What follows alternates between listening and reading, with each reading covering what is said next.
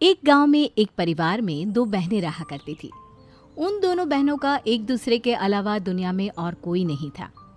दोनों बहनें एक दूसरे के साथ काफी खुश रहा करती थी, लेकिन पूरा गांव न जाने क्यों उन्हें दो पागल बहनों के नाम से जानता था। अरे बहन, कहाँ जा रही हो आज सुबह सुबह? अरे बस कुछ नहीं, जरा उन पागल बहनों के घर जा रही थी। अरे इतनी सुबह सुबह तुम्हें उन पागल बहनों से क्या काम आन पड़ा? अब क्या बताऊं, उन दोनों ने कुछ दिन पहले मुझसे कुछ रुपए उधार लिए थे, बस वही वापस लेने जा रही हूँ। अरे यार, तुम देख इस चक्कर में पड़ गए। पहले ही पूरा गांव उन दोनों को पागल कहकर बुलाता है और फिर भी तुमने उन्हें पैसे दे दिया। अब क्या करूं बहन, मैं तो इस गांव में नई आई हूँ, मुझे तो पता भी नहीं था, और देखने में तो मुझे पागल जैसी भी नहीं लगती। अरे तो कौन सा सच में वो दिमागी रूप से कमजोर या पागल है? बस उनका नाम पागल पड़ा हुआ है। लेकिन उसके पीछे कोई वजह तो होगी ना, ऐसे थोड़ी ना कोई किसी का नाम पागल रख देता है। अब ये तो मैं नहीं जानती। सारा गांव पागल बहन करके बुलाता है, तो सोचा मैं तुम्हें भी बता दूं। कमला अपने पैसे लेने के लिए उन दोनों पागल बहनों के घर पहुंचती है।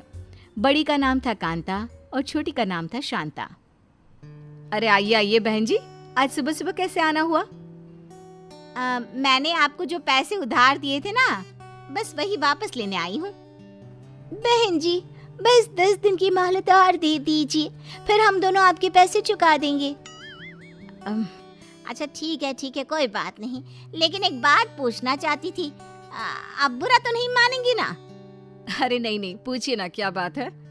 देखिए, मैं इस गांव में नई आई हूँ, मैं नहीं जानती कि पूरा गांव आपको पागल बहनों के नाम से क्यों बुलाता है।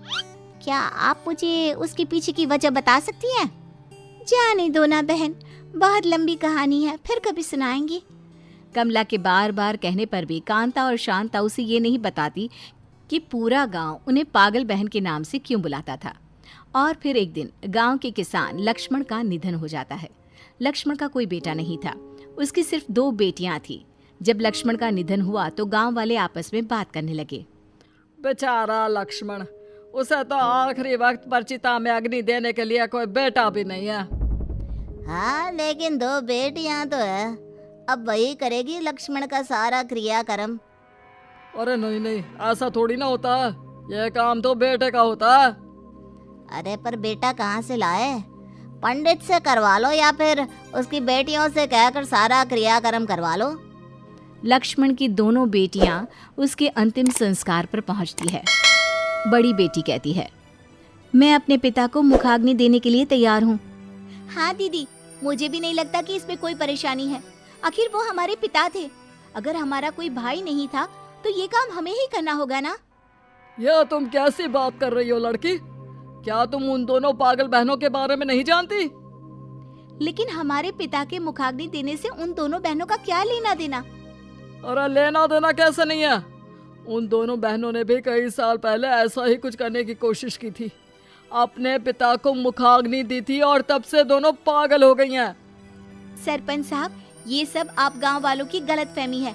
वो दोनों बहनें पागल नहीं है, वो तो बहुत समझदार हैं। देखो, तुम्हें कभी कुछ समझ में नहीं आएगा, वो दोनों पागल है, पागल। अगर जरा भी समझदार होती तो भला शादी ना करती। कितनी उम्र हो गई है दोनों की, लेकिन दोनों में से एक ने भी शादी नहीं की। यही तो पागलपन की निशानी है। लेकिन सरपंच साहब, हम दोनों बहनों की तो शादी हो चुकी है, इसका मतलब तो ये हुआ ना कि हम पागल नहीं हैं। अभी नहीं हो तो क्या हुआ? पंडित ने कहा था कि अगर लड़कियां अपने पिता को मुखाग्नि देती हैं तो वो पागल हो जाती हैं। क्या तुम्हें अपनी गृहस्थी की चिंता नहीं? अरे सरपंच साहब, ये कौन से अंधविश्वास में रह रहे हैं? ऐसा भी भला कभी होता है क्या? वैसे सरपंच साहब, ये बात तो हम भी जानना चाहते हैं कि आखिर सारा गांव उन दोनों बहनों को पागल कहकर क्यों बुलाता है। हाँ सरपंच साहब, मैं तो इस गांव में नई आई हूँ। मैंने भी उन दोनों बहनों से पूछने की बहुत कोशिश की, लेकिन उन्होंने कुछ बताया ही नहीं। चलिए ठीक है, अगर सारे गांव वालों की यही इच्छा है तो अब तो लक्ष्मण का अंतिम संस्कार तभी होगा जब ये बात सबके सामने साफ हो जाएगी। ठीक है सरपंच साहब, आप उन दोनों बहनों और उस पंडित को भी बुलाइए जिसने ये बात कही थी। दीदी बिल्कुल ठीक कह रही है। जब तक वो पंडित सामने नहीं होगा तब तक दूध का दूध और पानी का पानी नहीं होगा। सब लोगों के कहने पर उन दोनों पागल बहनों और उस पंडित को बुलाया जाता है जिसने पूरे गांव को ये बताया हुआ था कि पिता का अंतिम संस्कार करने से बेटियां पागल हो जाती है। और उन सब के आने के बाद क्या हुआ? आप लोगों ने हमें यहाँ क्यों बुलाया? वैसे तो आप सब लोग हमें पागल पागल कहते रहते हैं, और आज यहाँ इस तरह, आखिर बात क्या है? पूरा गांव जानना चाहता है कि तुम दोनों पागल कैसे हुई।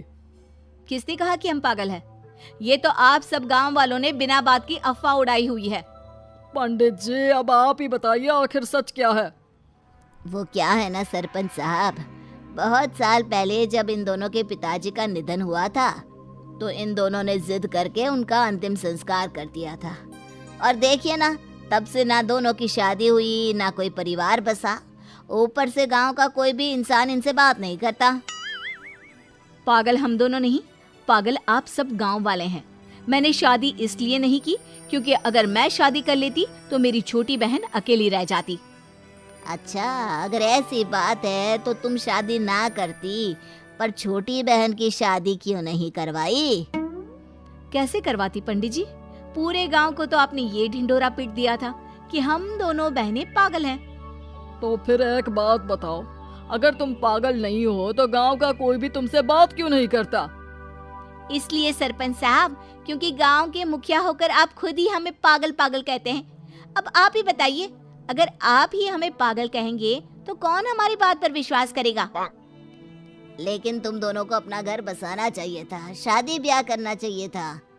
पंडित जी, अगर आप लोगों को हमारी इतनी ही चिंता थी तो आप लोगों ने कभी हमारी मदद क्यों नहीं की? जानते हैं ना पंडित जी, जब हमारे पिताजी का निधन हुआ तब हम छोटे थे और गांव के किसी भी इंसान ने हमारी कोई भी मदद नहीं की। ऊपर से हमें पागल करार देकर सबसे अलग रहने पर मजबूर कर दिया। हम लोगों से बहुत बड़ी गलती हुई है, हमें माफ कर दो। आज से कोई भी कांता और शांता को पागल कहकर नहीं बुलाएगा और इन्हें भी गांव में सम्मान पूर्वक देखा जाएगा। अब तो हम अपने पिता का अंतिम संस्कार कर सकते हैं ना? हाँ हाँ, बिल्कुल कर सकते हो। और गांव से इस प्रथा को पूरी तरह खत्म किया जाएगा। अब से जिसका बेटा नहीं है उसकी बेटी अपने पिता को मुखाग्नि दे सकती है।